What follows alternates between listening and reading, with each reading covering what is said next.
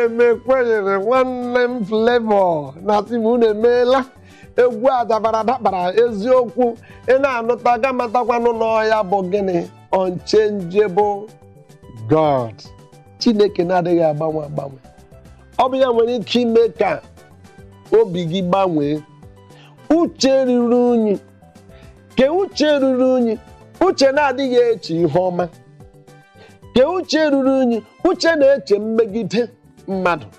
Ke uche ruru unyi, uche na-eche otu ị ga-esi enweta ya ọsịsọ na-abụghị iso n'usoro otu esi emeta ihe. People want to get to the end fast. Enwere ụzọ, there is a road, there is a process. Ụzọ ị ga-esi garuo ebe ahụ.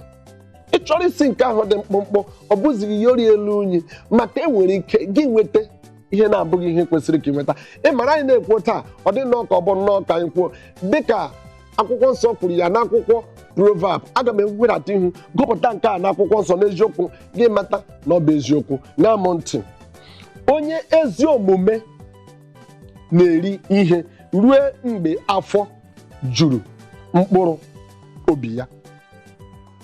Onye ezi omume na-eri ihe ruo mgbe afọ juru mkpụrụ obi ya. Ya sịkwa n'eziokwu, ma afọ ndị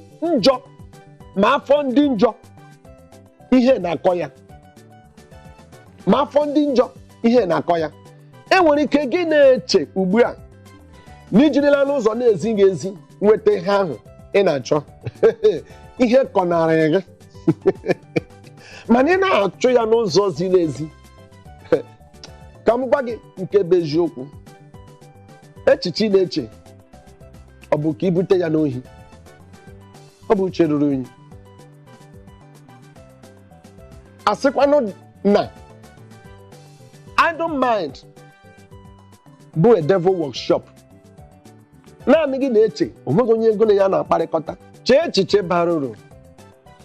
Gịnị bụ echiche bara uru? Ka m kọpụtara ihe, ọ bụrụ na anyị bịa agba nke ọzọ m ga-egosi gị ihe bụ echiche bara uru.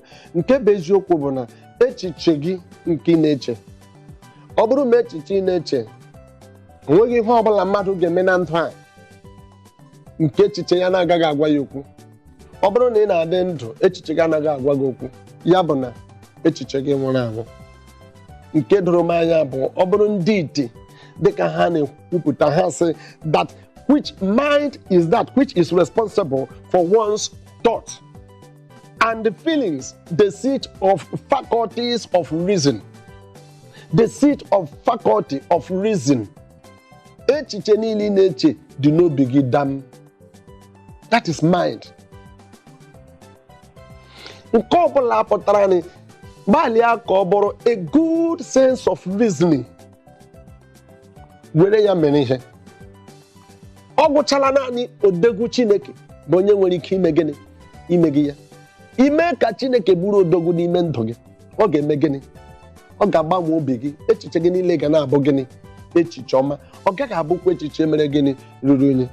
Mana ebe ọ bụla ọ dị otu a dị, ka anyị gaa nwee ezumike. Dịka anyị na-ezute ya bụ ezumike, ka anyị were egwu Buchi ọ kpọrọ Odogwu. Odogwu. Ka anyị gbarịa ya bụ efere egwu. Dịka na ya bụ egwu akọwala akọla, anyị ga na-ahụ ka m na-eme gịnị eme ya n'isi. Chineke narị ya bụ gịnị? Odogwu. Chere anyị dịka na-agbara